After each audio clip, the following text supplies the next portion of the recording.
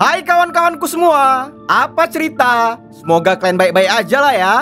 Kali ini aku mau cerita alur film horror thriller Blood Night tahun 2009. Film ini ceritanya tentang sekelompok anak muda yang diteror sama hantu psikopat. Wih, ngeri-ngeri sedap filmnya ini weh. Jadi selama beberapa menit ke depan aku bakalan nemani aktivitas gabut kalian. So stay tune.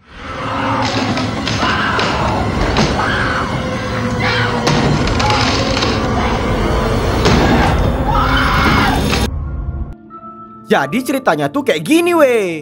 Waktu itu di tahun 1978 ada satu keluarga yang baru ngadopsi seorang anak cewek bernama Mary Hatchet.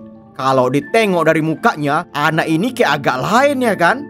Habis itu tahu kalian, pas udah tengah malam terjadi hal yang gila kali. Ibu ini terbangun karena ngedengar ada suara barang pecah. Ditengok dari kamar mandi udah berselemak darah di mana-mana, dan waktu dicek kamar anaknya, dia nengok kalau bagian bawah pakaian Mary ada noda darah. Gak pakai babi bu bebo, mata langsung dicucuk pakai gunting. Habis itu kepala otak si bapak disabit pakai kampak. Waktu si ibu berusaha sekuat tenaga nelpon polisi, gak disangka Mary ngedatangin dia lagi dengan ngasih kampak ke arah kepala otaknya. Wah, ngeri kali weh. Gak berapa lama polisi pun datang. Tempat itu langsung rame didatangin banyak orang. Karena Mary masih di bawah umur ya kan, dia akhirnya dimasukin ke rumah sakit jiwa. Di 10 tahun kemudian, penyakit jiwa Mary makin tambah parah. Dia suka kali gak pakai baju. Sampai-sampai ada seorang penjaga yang tergoda dan ngelakuin rudal paksa ke dia. Udah sakit jiwa, kemudian ditambah trauma. Apa gak makin gila kali si Mary ya kan? Setelah berbulan-bulan, Mary pun akhirnya lahiran. Tapi karena terjadi komplikasi, dokter ngasih tahu bayinya nggak bisa diselamatkan. Tahu kalian weh, di malam itu juga jiwa psikopat si Mary kumat lagi. Semua orang yang kerja di rumah sakit dibunuh, gak dikasih ampun sama sekali. Habis itu dia kabur dari sana dengan keadaan tanpa selai benang pun. Gak disangka polisi datang ke tempat itu. Gara-gara si Mary nyampain kepala otak ke arah mobil, polisi pun langsung nembak badannya bertubi-tubi. Mana ada cerita, si Mary pun tergeletak mati bermandikan darah. Kejadian tragis di malam itu dengan cepat tersebar ke banyak orang. Dan akhirnya setiap tanggal 4 Agustus, banyak anak muda yang ngejadiin sebagai peringatan Hari Blood Night. Di 20 tahun kemudian, bertepatan di Hari Blood Night, ada layakan sekelompok anak muda yang nekat main papan Ouija di kuburan Mary Hatchet. Kalau di Konoha, permainan ini mirip-mirip kayak jelangkung weh. Baru bentar aja orang itu main, mendadak mereka dikejutkan dengan papan yang gerak sendiri. Kembut ketakutan lah orang itu semua. Habis itu mereka dikejutkan lagi sama tukang kuburan yang tiba-tiba muncul. Jadi kena repet lah orang itu, gara-gara berani kali main jelangkung di situ. Karena mereka nggak ada yang percaya sama hantu, si Gustav nyeritain tentang arwah gentayangan Mary yang nyari keberadaan bayinya. Jadi ya kan weh, pernah lah ada sepasang laki bini yang mau bawa bayi mereka ke rumah sakit. Gak taunya mendadak mereka nengok ada cewek gak berpakaian lagi luntang-lantung di pinggir jalan. Karena kasihan dikasih tumpangan lah. Tapi ternyata sial kali orang itu dua. Kepala kena tebas dan abis itu bayinya dibawa pergi sama dia. Banyak orang yang bilang kalau di setiap malam Blood Night, hantu Mary Hatchet suka balas dendam dan nyulik bayi buat dibawa ke dunia lain. Ngedengar cerita itu mereka cuma bisa terdiam bengong aja. Dan akhirnya mereka pun mutusin buat ngelanjutin acara pesta di rumah Nicole. Waktu lagi di ruang dapur ya kan, mendadak mereka nengok ada darah yang berceceran di lantai. Jadi panik orang itu semua. Pelan-pelan. Gak taunya mereka kena prank sama bocah tetangga sebelah rumah. Gak berapa lama kawan-kawan yang lain pada berdatangan. Si Cory bawa cewek barunya yang bernama Alyssa Giordano. Jadi makin rame lah orang itu buat ngerayain pesta Blood Night. Tapi udah tau lah kalian, namanya juga anak muda ya kan. Pantang nengok kamar kosong, langsung dipakai buat main.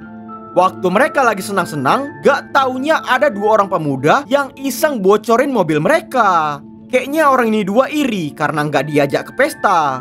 Tahu kan weh, waktu 2 sejoli ini lagi enak-enak bergoyang di kasur, tiba-tiba aja jebret. Kepala otak dicucuk pakai gunting sampai tembus ke mulutnya. Suara jeritan si Jessica nggak kedengeran karena musik di lantai bawah kuat kali. Kemudian waktu si Tommy lagi muntah-muntah karena kebanyakan minum Amer, kepalanya ditebas pakai kampak. Setelah mereka selesai joget-joget, pas lagi di ruang dapur ya kan, mendadak pintu didobrak sampai copot. Udah nggak mungkin angin ya kan? Abis itu mati lampu pula. Jadi pada berpanikan lah orang itu semua. Sebagian dari mereka ngeduga kalau itu perbuatan hantu Mary, gara-gara mereka udah main jelangkung tadi di kuburannya. Jadi saling tuduh-tuduhan lah orang itu siapa yang salah. Biar masalah cepat selesai, Cory dan Alisa pergi ke ruang bawah tanah buat ngecek sekring listrik. Tapi tiba-tiba aja ya kan, ada badan tanpa kepala yang dicampain lewat jendela. Oh, langsung teriak-teriak ketakutan orang itu semua. Apalagi pas Alex ngecek ke kamar, ternyata Jessica dan Tyler udah mati mengenaskan di tempat tidur. Mana ada cerita, langsung cepat-cepat orang itu keluar dari rumah. Tapi Alex dan Nicole pergi ke ruang bawah tanah buat manggil Cory dan Alisa. Pas si Alex nengok ada genangan darah dan badan yang tergeletak, dia langsung cepat-cepat nyuruh buat ikutan cabut keluar juga. Saat mereka mau naik mobil, ternyata semua ban mobil udah pada berkempesan. Dan di dalam mobil udah ada 2 mayat yang berselemak banyak darah. Apa nggak makin panik terotak kali orang itu ya kan? Tapi nggak disangka mendadak Gustav lewat jalan situ dan ngasih tumpangan buat mereka semua. Setelah ngedengar kejadian tragis yang barusan terjadi, Gustav yakin kalau itu adalah perbuatan dari hantu Mary. Makanya itu dia ngebawa mereka semua ke gedung bekas rumah sakit jiwa tempat Mary dulu dikurung. Dengan tujuan dia mau ngehentiin kutukan arwah gentayangan. Sesampai di sana betul aja, Gustav nengok penampakan kalau Mary udah ada di gedung itu. Jadi dia langsung cepat-cepat ngambil sekop dan cangkul buat ngegali kuburan bayinya si Mary yang dikubur di halaman rumah sakit. Tapi nggak taunya ternyata di dalam peti mati kosong. Gak ada isi tulang belulang sama sekali. Kok bisa pula pikir si Gustav. Buat nyari tahu kejadian yang sebenarnya, dia ngajak mereka masuk ke dalam gedung. Wih, mantap kali rumah sakitnya weh. Udah 20 tahun terbengkalai tapi masih bisa hidup listriknya. Coba kalau di Konoha, udah habis lah kabel dan barang-barang dipreteli sama orang buat dijualin ke tukang butut ya kan? Tiba-tiba aja hantu Mary nongol lagi. Gustav langsung ngejar kemana dia pergi. Tapi mendadak dia ngilang gitu aja. Setelah nengok ke ruangan dokumen pasien, Gustav minta tolong buat bantuin dia nyari arsip kepunyaan Mary Hatchet. Chris dan Nicole ternyata lagi nunggu di mobil. Karena yang lain lama kali nggak nongol-nongol, jadi mereka berencana buat ngehubungin polisi. Tapi tiba-tiba aja ya kan, jebret! Muka si Chris dibelah 2 pakai gancu. Nicole segera pergi kabur dengan kembut ketakutan. Tapi percuma aja, pas dia terjatuh di dalam gudang, badannya langsung dijebol dan ususnya ditarik keluar weh. Oh Mak Jang, ngeri kali ah. Setelah susah payah nyari, akhirnya dokumen rahasia punya Harry Hatchet ketemu juga. Disinilah akhirnya kebenaran terbongkar. Ternyata waktu lahiran bayi Mary selamat, tapi pihak rumah sakit sengaja buat kebohongan karena khawatir Mary ngebunuh bayinya. Apalagi anak itu kan hasil dari hubungan rudal paksa. Gak cuma itu aja, di dokumen juga dicantumkan ternyata yang ngadopsi bayi itu adalah keluarga Giordano, orang tua dari Alisa. Oh, jadi terkejut batin orang itu semua. Mereka nggak nyangka sama sekali. Si Gustav berharap penyakit kejiwaan dari Mary nggak nurun ke anaknya. Tapi Alex mendadak buat pengakuan kalau tadi di ruang bawah tanah dia cuma nengok badannya Cory. Abis itu ya kan weh, kita dikasih tengok adegan flashback. Ternyata yang ngelakuin pembunuhan di rumah Nicole adalah Alisa dan mamanya.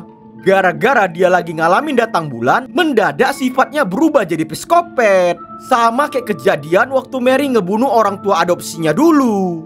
Tiba-tiba aja mati lampu pula. Ternyata si Alisa udah masuk ke gedung itu.